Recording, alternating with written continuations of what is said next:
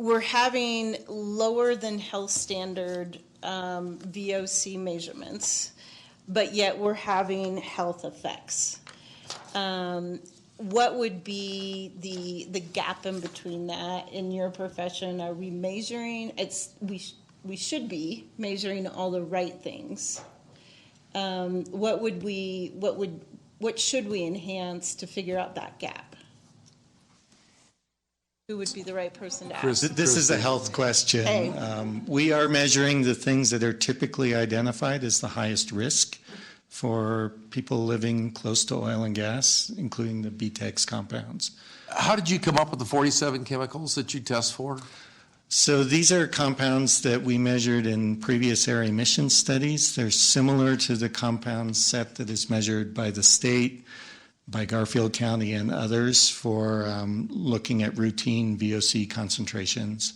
So the health risk assessment that came out a month or so ago, we made the emissions measurements for that, measuring the same set of compounds that we're measuring here in Broomfield. Did you?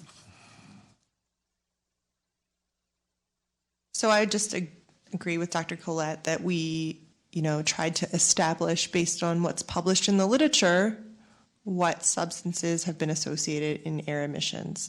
That's always going to be limited by what is my machine set up to look for. Mm-hmm.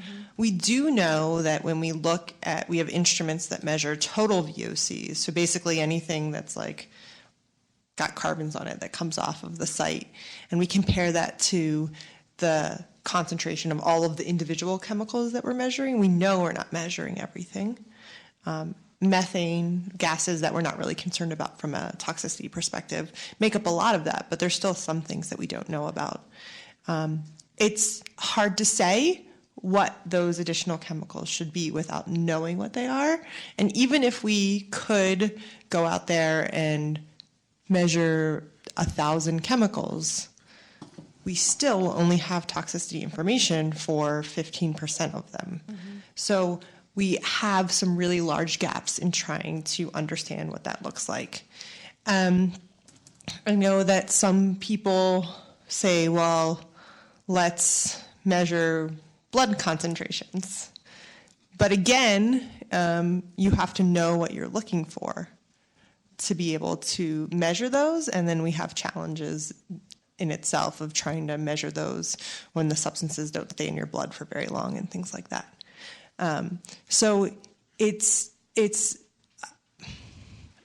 a challenge for us to try to figure this out. And I think what we're all trying to do, the state, our partners at the universities, both CSU, CU, and School of Public Health, is trying to better understand what we should be concerned with, trying to understand what those health effects are, trying to understand what substances we know could cause those health effects, trying to understand what other chemicals we might not be measuring. But we're always going to be limited in terms of the toxicity information that we have.